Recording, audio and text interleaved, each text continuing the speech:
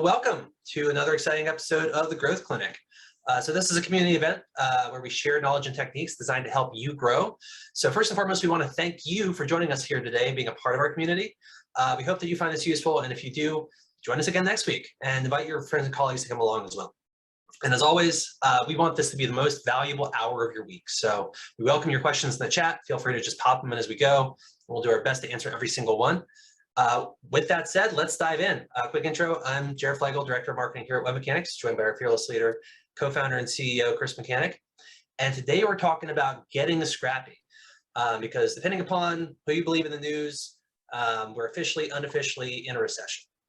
And what that usually means for marketers is budget cuts, layoffs, all that fun stuff. Essentially what it means is we have to now do more with less.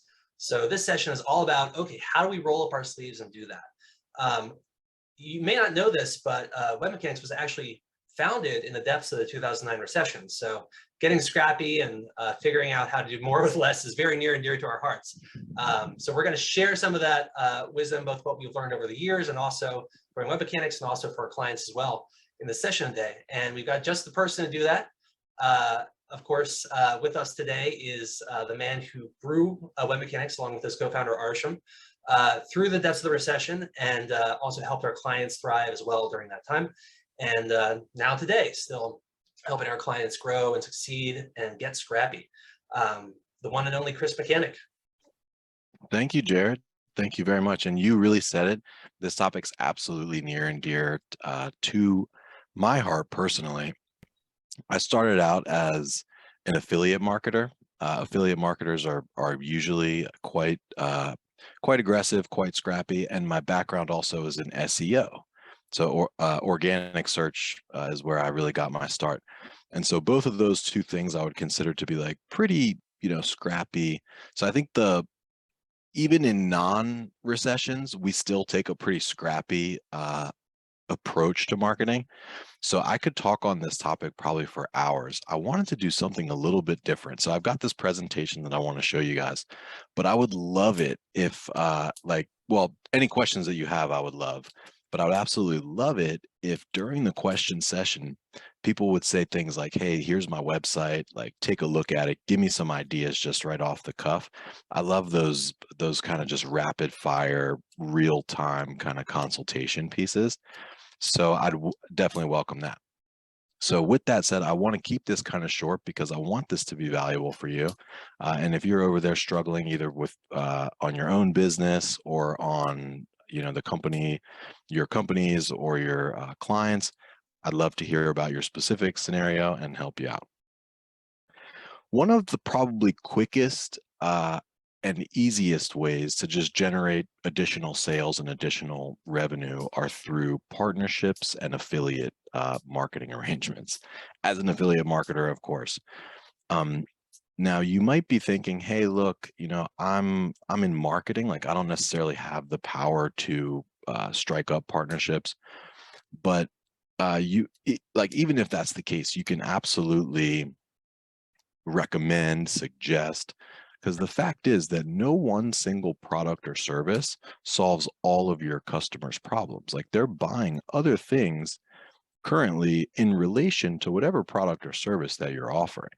So as an example, say that you're a web developer and you do magnificent websites. Well, people that buy websites or invest in websites, they need a whole bunch of other stuff usually too. They need hosting, or they need Google ads or Facebook ads, or they might need content for the website. They need blogging and content. So they're out there already purchasing these other things. If you think about your product or service and you extrapolate into the ancillary areas of other things that are related that your customers are already buying, and then you basically do the research for them. There's a lot of providers of these ancillary services that would be happy to pay a commission either on a referral basis, just for leads, or on a sale basis. And the key to doing this is that, obviously you want to treat your customers really well.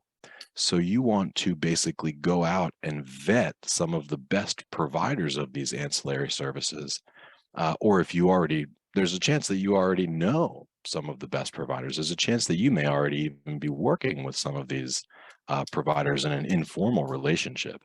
But basically, so in the web development example, if you're that web developer, you know that your clients are interested in SEO, say, go out and find the best SEO company, WebMechanix, no, I'm just kidding. Go out, find the best SEO company, and then make that introduction to your client, knowing that it's a good solution. Your client's going to like it because you've done that legwork in selecting a good vendor to make that intro. But of course, keep in mind your reputation will be on the line to some extent. So you want to really make sure to vet those. So those are one-to-one relationships. You could also think about affiliate marketing. And affiliate marketing is basically where you include a link on your website pointing to these other solution providers, and then you get a small commission each time that somebody from your website makes that purchase. One of my favorite examples of this is an email service provider such as MailChimp. So MailChimp, and I'm not sure that it was MailChimp, I forget exactly who the provider was, but when people actually canceled the MailChimp plan or the plan with them as part of the offboarding sequence, they actually included links to other email providers, assuming that, hey, they're probably going to be switching to somebody else.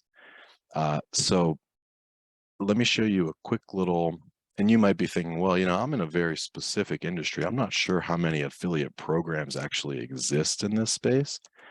So I'm going to show you something here real quickly about how you can find these types of relationships. I just need, sorry, I just lost there we go. About how you can find these types of relationships. So let's say that you're in human resources. You're in human resources. If you do a Google search using an advanced operator or using quotes, human resources and affiliate programs, I just want to give you guys some ideas here. So if you do that search, boom, after the ads, the second listing here, which I've already looked at, this will get your wheels turning. This will give you some ideas. So here are affiliate programs relevant to the HR space. So if you say you sell an HR software, you are pretty certain that, hey, your clients are recruiting as well. So how about Indeed? ADP's got an affiliate program, and this looks like it could be actually pretty lucrative. Fiverr, Upwork. So if you're in staffing and it's like, hey, you're not quite like say you're in staffing, you get a lead, but they're not qualified for one reason or another. They don't want to pay the fee or they can't pay the fee. It's like, normally you're just saying, okay, sorry, it didn't work out. Have a nice day. What about saying, okay, sorry, it didn't work out. Have a nice day. By the way, here's some options for you. And you're, referring them to these other vendors with your little link, and then just surprise, every once in a while, you're going to make a little bit of revenue from those. So let me get back here. So those are some scrappy ideas on the partnerships and affiliates side of things. The key question is, what else is your customer buying that's related to this? Who are the best providers of that thing, and how can you start a relationship with them? Second up here is to lean into customers. So your customers, it's pretty well known. It's much, much easier to sell new things to your existing customers than it is to sell things to brand new customers. So there's a lot of opportunity here.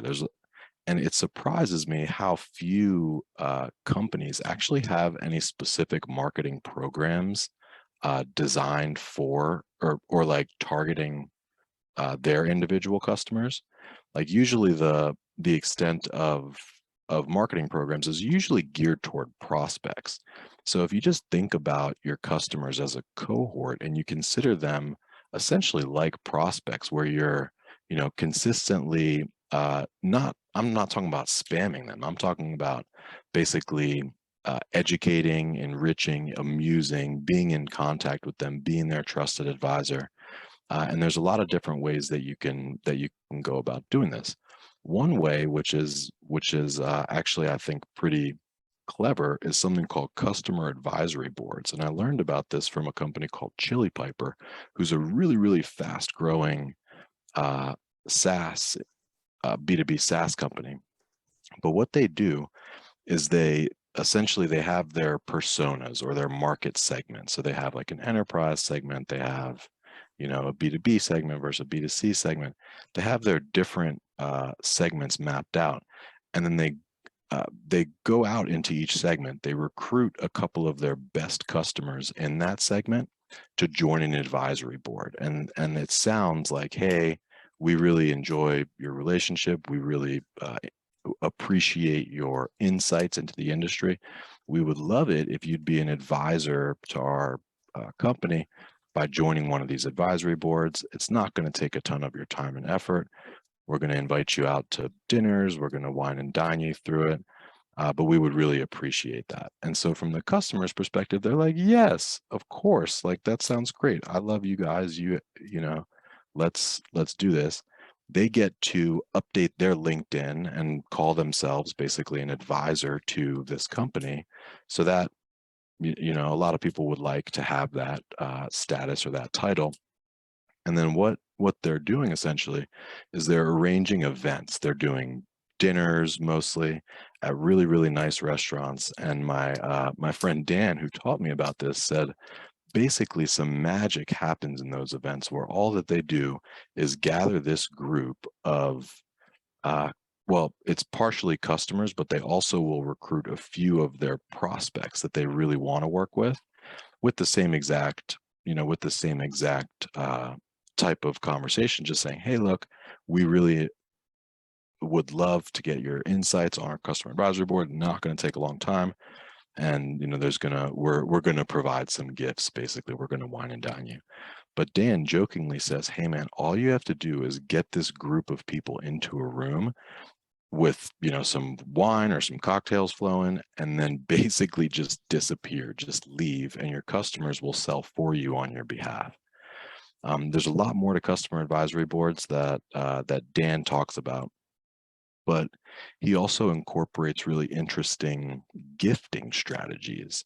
And one of my favorite examples of this really interesting gifting strategy, which literally almost anybody could do, is if there's an influencer in your space or somebody that has access to the audience that you want, and you want to basically get on their radar. Well, Dan did this actually with somebody that he knew that was an influencer. But this particular influencer was very active on LinkedIn and always frequently posted about their dog who they loved, and frequently posted about themselves playing the piano. So piano and dogs, loved it.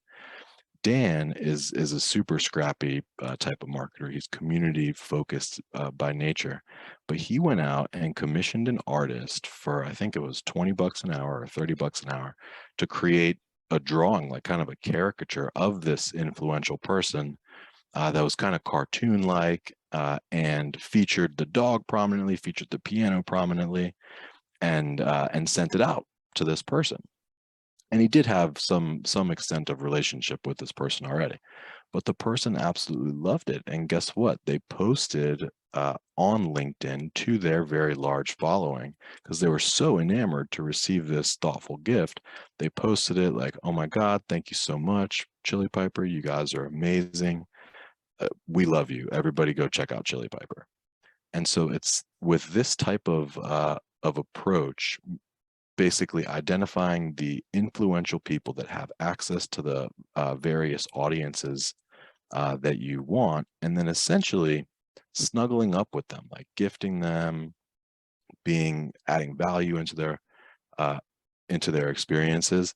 They're generating like millions, like multiple, I think it's to the tune of 5 million impressions a month on LinkedIn just organically.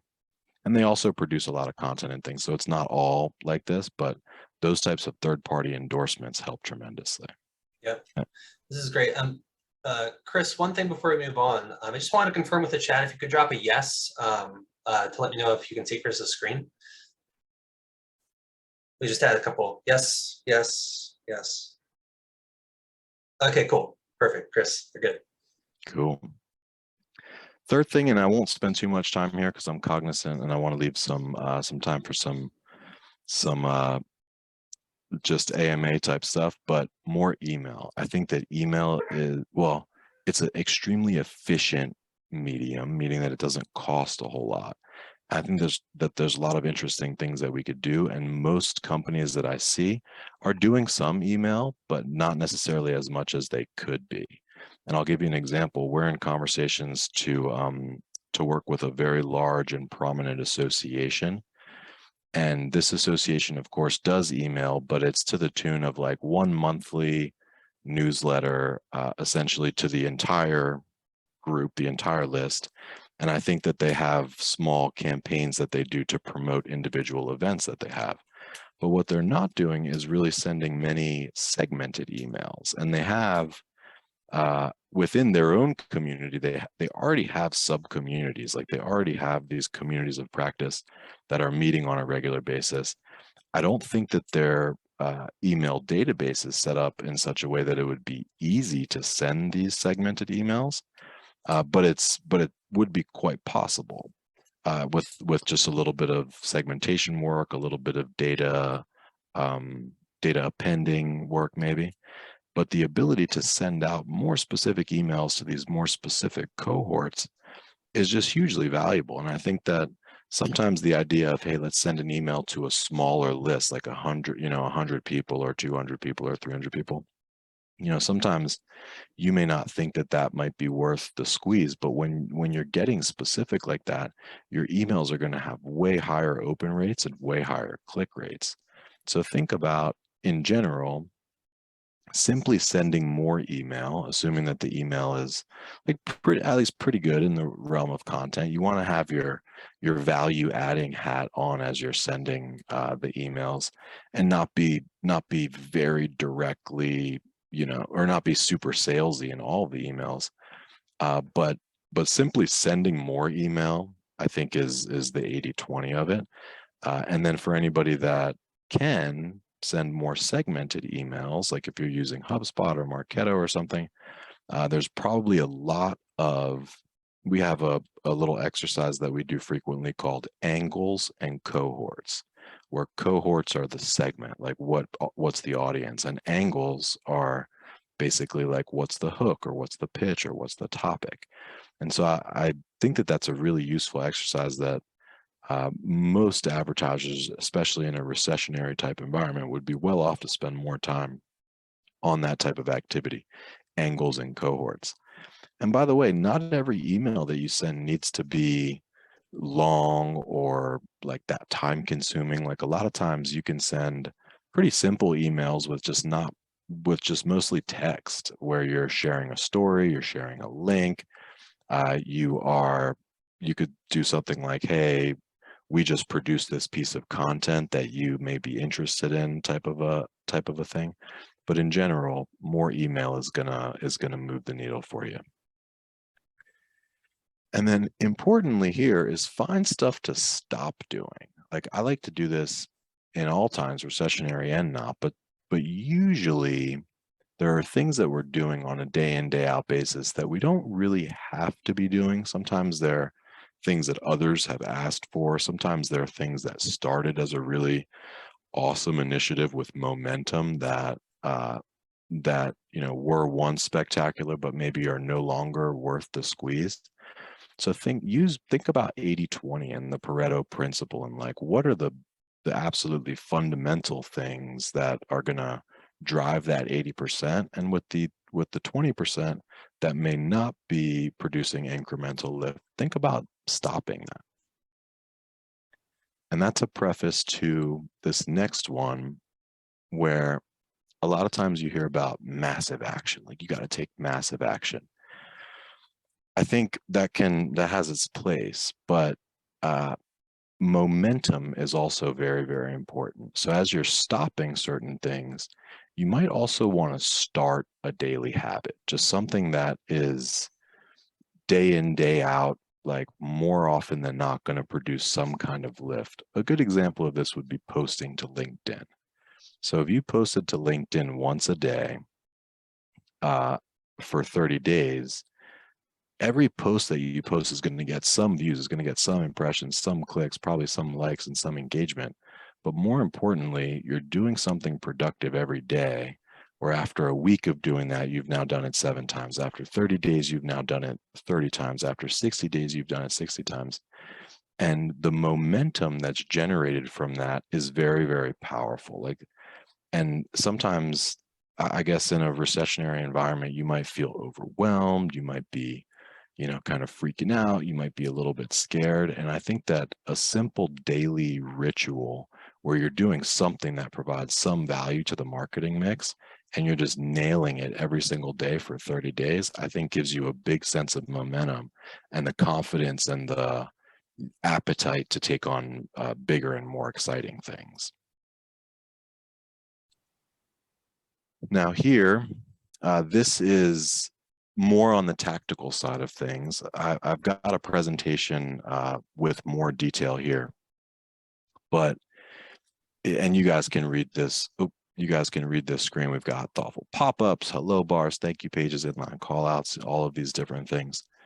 But a big theme that runs throughout all of these is the idea of monetizing your owned assets. So if you think about everything that your company owns online, the website, all of the different web pages, the LinkedIn profile, the email list, all of these different things, chances are there's some opportunities to monetize them to a higher degree. And I'll give you one of my favorite examples.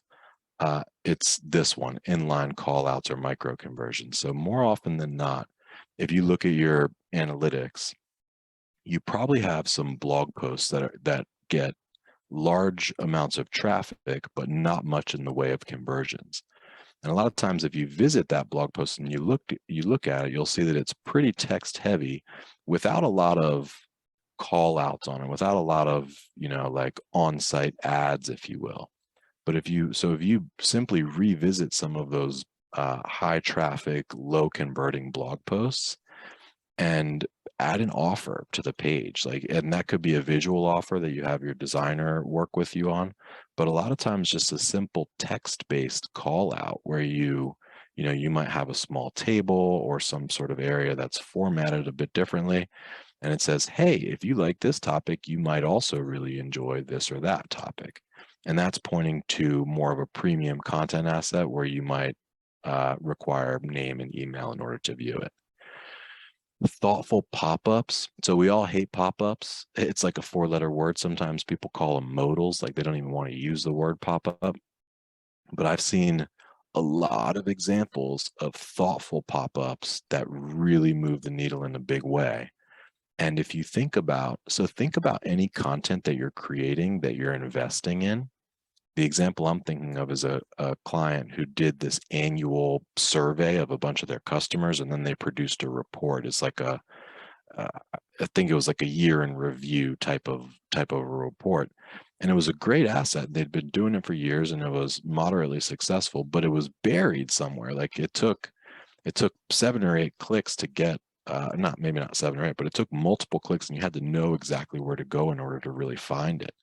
And so one of the first things that we did for them was we simply pulled that premium content out to the front and center, and we put a really thoughtfully designed pop-up. Like it wasn't just like, hey, get our report, click here.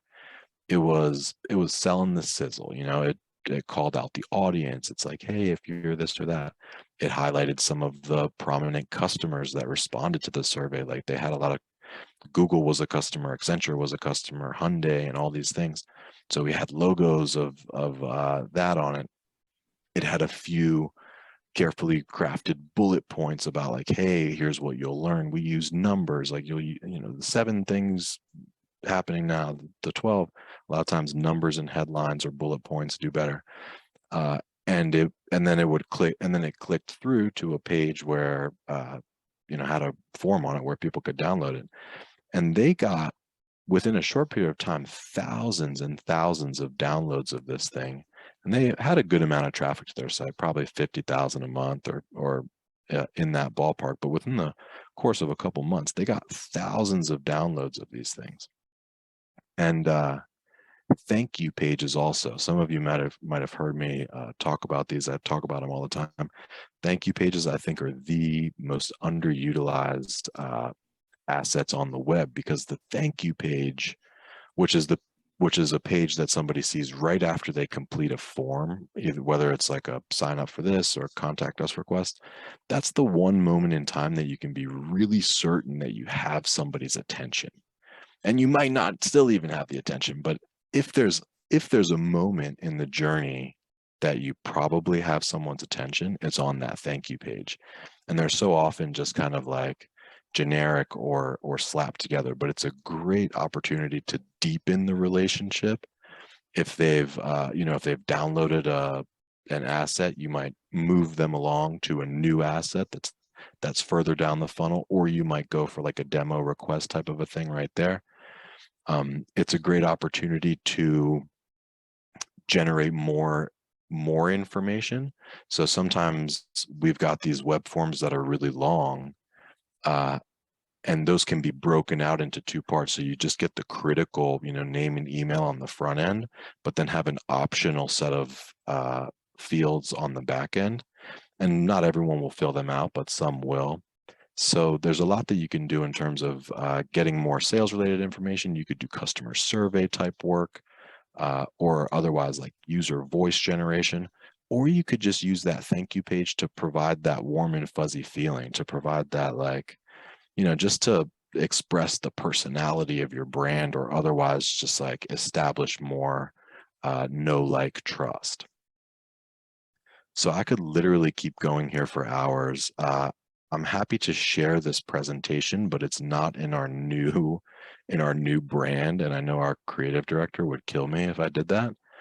But if you are interested in the full presentation that has more detail on these items listed here, as well as some other items that aren't listed here, let us know right after the show or drop in the chat, and we can get that formatted up to Bart's liking and send it over to you. But that is pretty much all I've got here today in terms of plan. But like I said, I could talk about this for hours, and I would love if somebody wants to share a specific scenario, their specific site, and we could do just like a quick little workshop on it here. Love it. We're getting lots of great feedback, Chris. People want the deck. They're begging for the deck. Nice. We got you. Yeah. Yeah, this is awesome. Yeah, Chris, this is great. Two big takeaways I have, kind of themes from this. One is this idea of what can we do with what I would call our owned audiences, right? Our first party data, right? So our customers are one example of that. Our email list is one example of that. How can we work with what we've already got and kind of stretch it and make it work harder for us?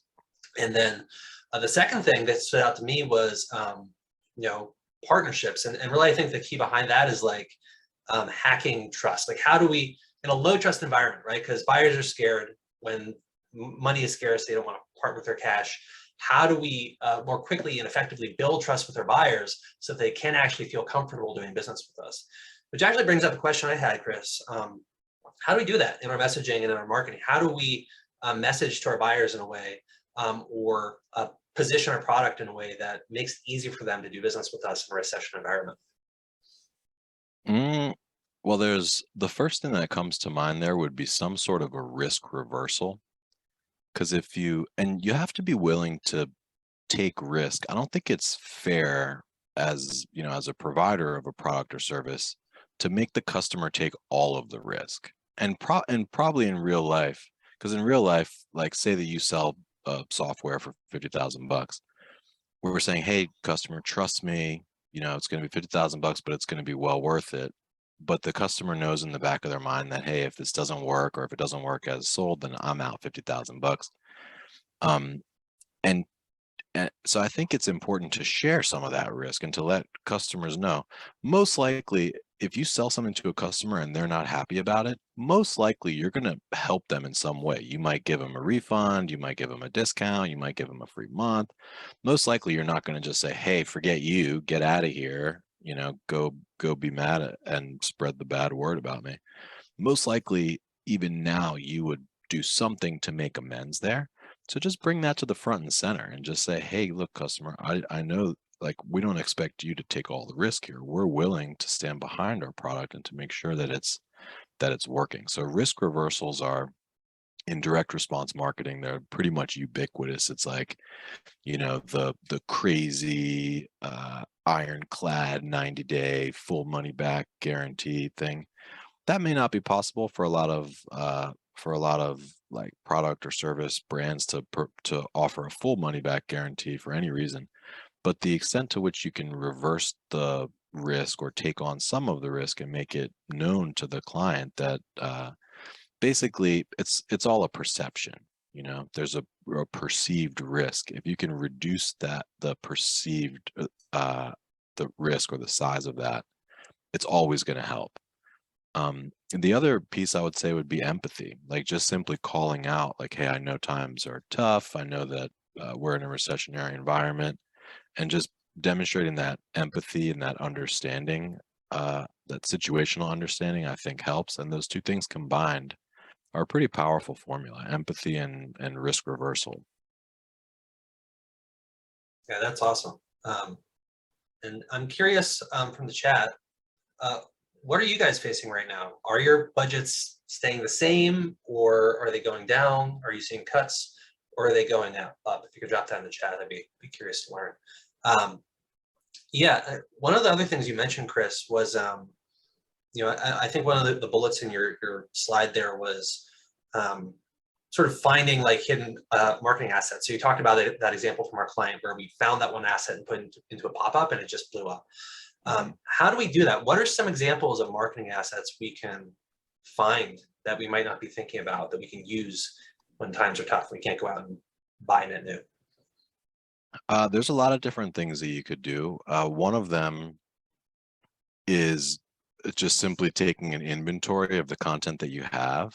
So like if you look at, you can do this with any site, type in site : and this is just a simple Google search, but site : no space, and then the URL of that site.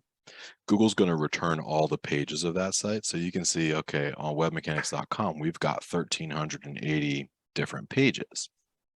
And these are listed in an order which Google considers to be the most relevant to the least. So going through this list is useful in and of itself to find assets that could be repurposed, republished, redistributed. But you could also get more specific, right? So you could just do a simple space after that and say, okay, Google, show me my B2B content here.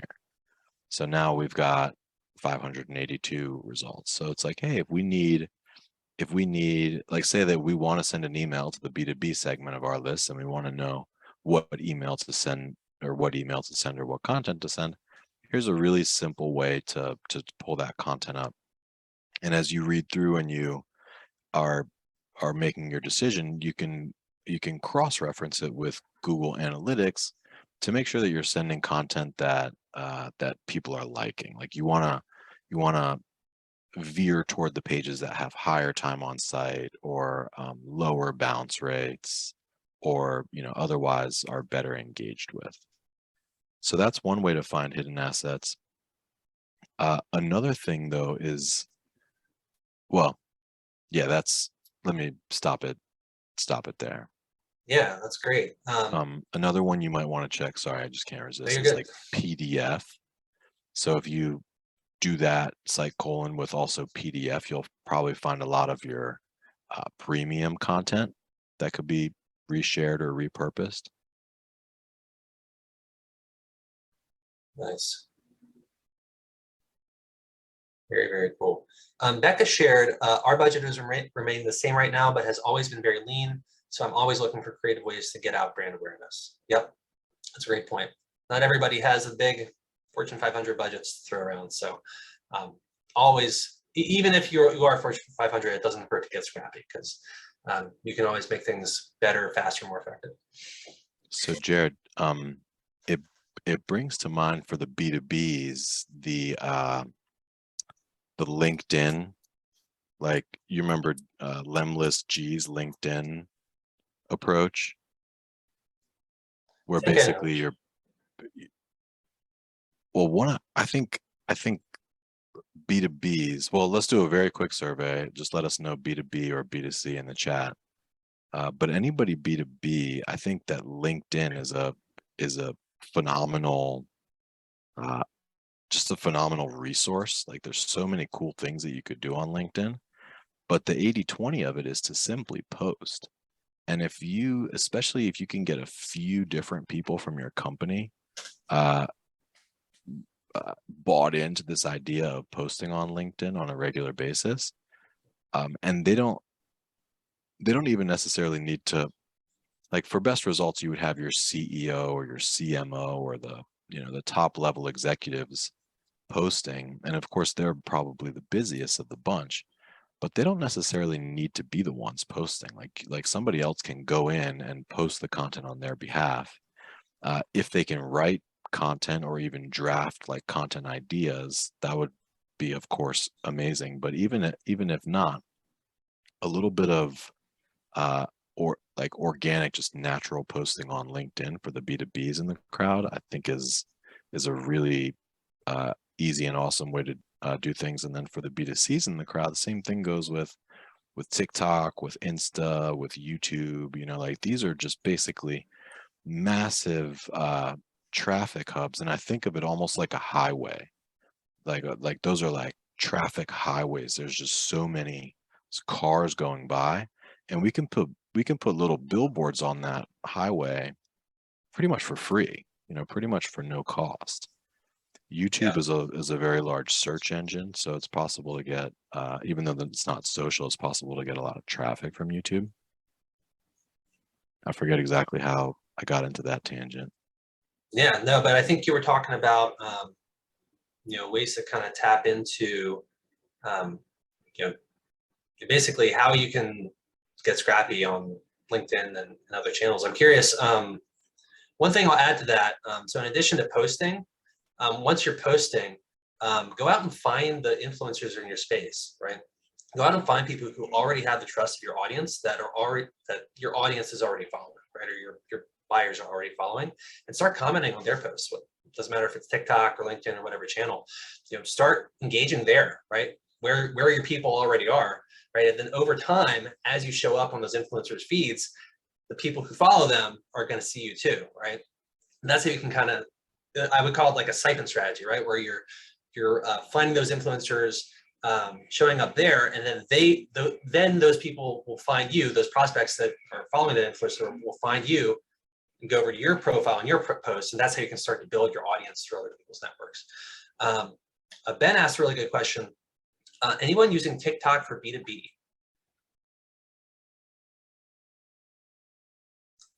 We are. Yes, I'm curious about anybody else, but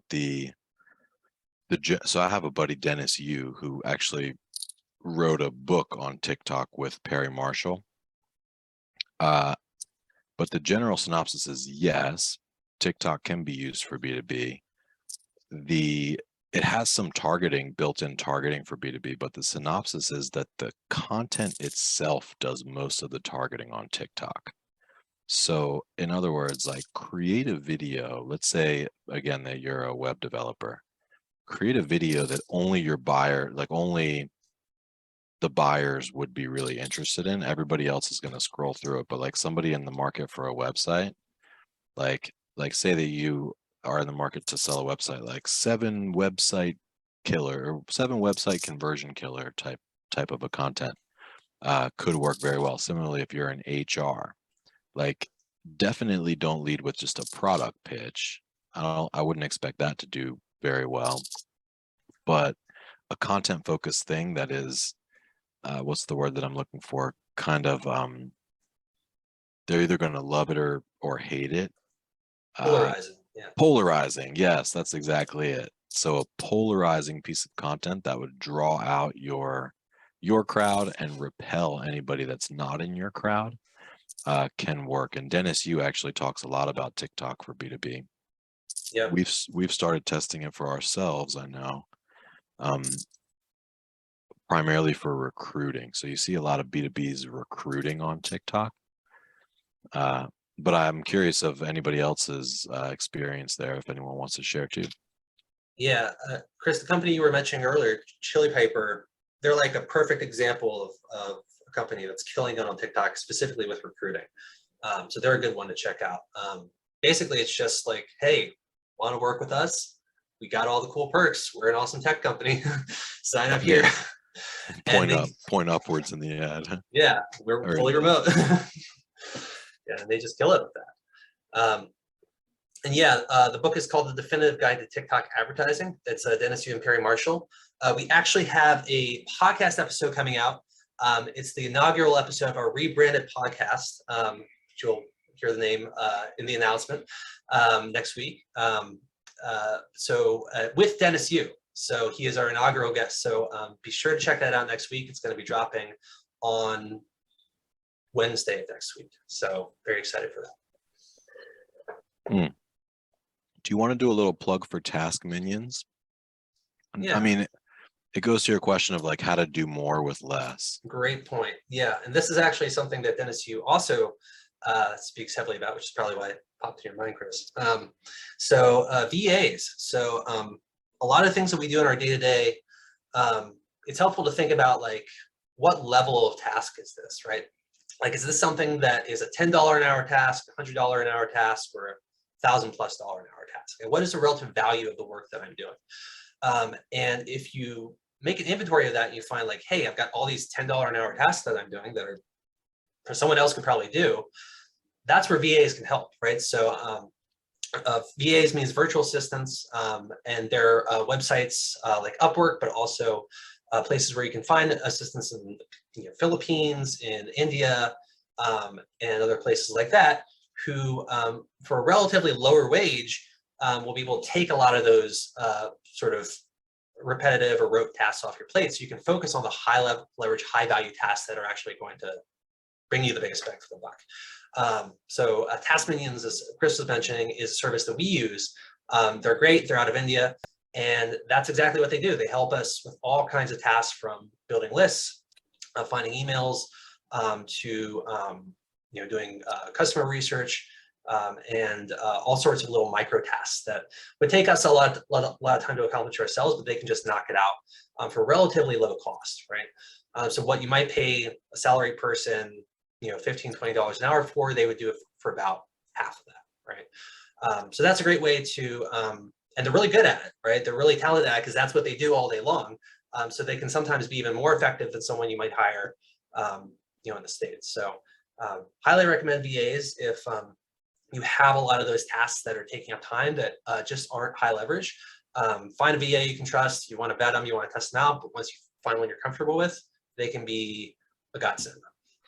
Yeah, and it is a struggle finding good ones, because I've tested a few different ones, which is the reason that I'm recommending Task Minions, is because I just really enjoyed them, and we don't have any referral relationship with it, but like on the tune of partnerships, if having a VA is good, and I can make this recommendation to you because I know that they are good, you guys would appreciate that, and so that goes back to like thinking similarly about or toward your own customers, like what other things might they be in the market for.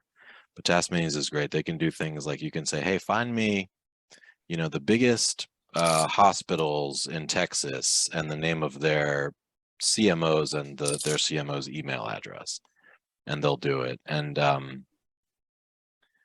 they're incredibly grateful, and just like really, like $10 an hour you would think is like, oh my god, that might be offensive, but it's like life-changing for some of them. So they're extremely grateful. They're extremely responsive and just great to work with. So if you like, even if you have an intern or a junior level person doing these kind of repetitive tasks for you right now, you can take that off of their plate, outsource it for pretty cheap, and then unleash them to be able to do higher value tasks, because they have the visibility into your company, the more understanding. So like they can do things like write copy or create content or manage your LinkedIn feeds and things, which would not be good activities for task minions.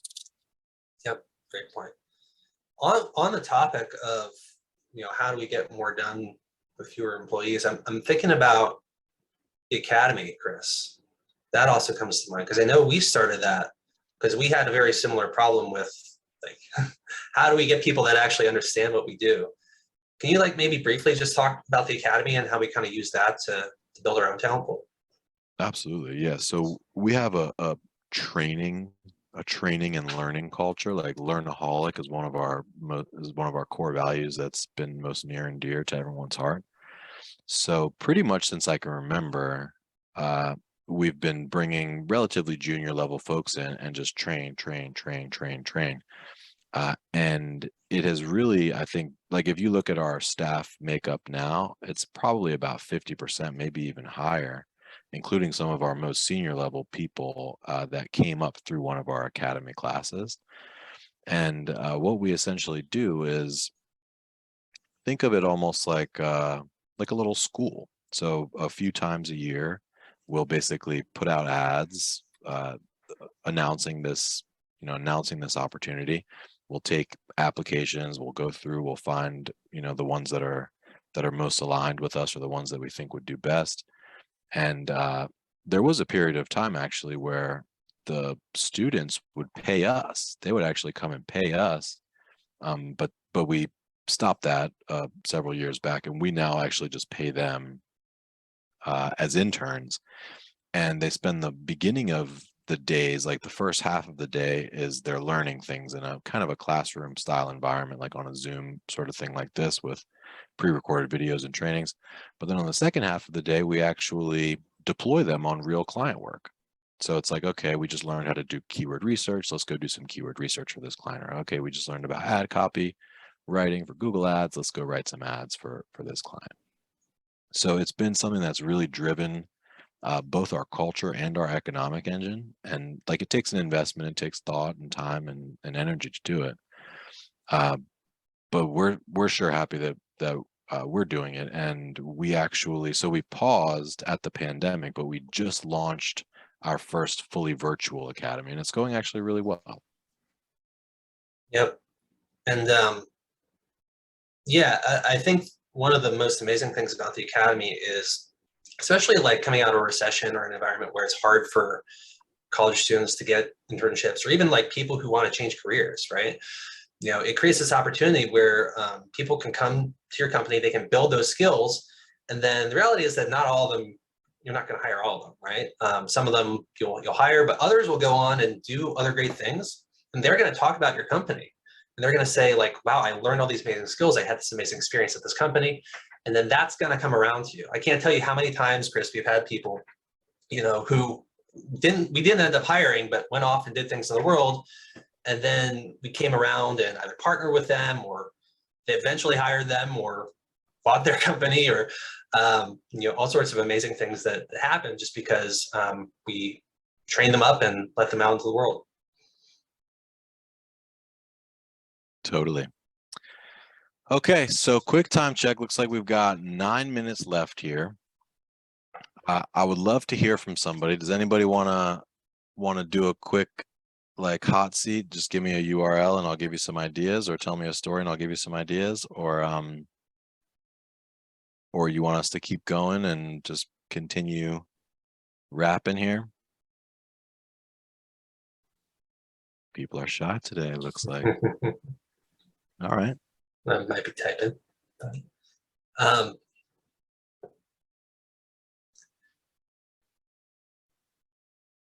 Happy to hear ideas. Keep rapping, Jim. Keep nice. Rapping. Okay. So I'll tell you one of my favorite ones. It's something that we call AWOPS, which stands for Anatomy of a Well-Optimized Page. This goes in the SEO category in the organic search bucket.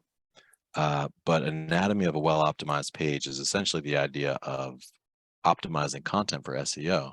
And we use it as a verb internally, as in like, hey, what are we going to do this week? Well, we're going to AWOP these 4 pages. We're going to, go build these links. We're going to do these different things. So the beauty of it is that you probably, so you did your site colon, and then your URL. You probably have a lot of content on your site, a lot of blog posts and things, some of which are getting traffic from search engines already, others aren't. But if you can identify good blog posts, and I'll do this kind of live. So this is basically what I like to do. Site colon WebMechanix. We're going to look at, let's just say, let's find one of these blog posts. Where are we at? Oh, where'd it go? Oh, it was here. So you're looking at your B2B blog posts. Okay, great. And then we come to this page. So we look at this page, it's a nice enough Chris, post. you're not sharing your screen anymore. Just one there. Dagger. Dagger. There we go. Nice. There we go. So we identified this page. It's fairly meaty. It's fairly substantial piece of content, and it's about how companies can use B2B intent data. So something that I like to do is basically ask, okay, this page is already ranking, it's already getting traffic. How can we get a little bit more traffic? And the way to do that in a lot of cases is by just intentionally threading certain terms through. So if we do a little bit of keyword research and just for B2B intent data, and then you see certain terms like providers, sales, buyer, right? So then we basically can go back to this post and say, okay, does the word providers, so the word provider does not exist, but I know that in this particular podcast episode, so here, we're talking about different providers, but it's real, like,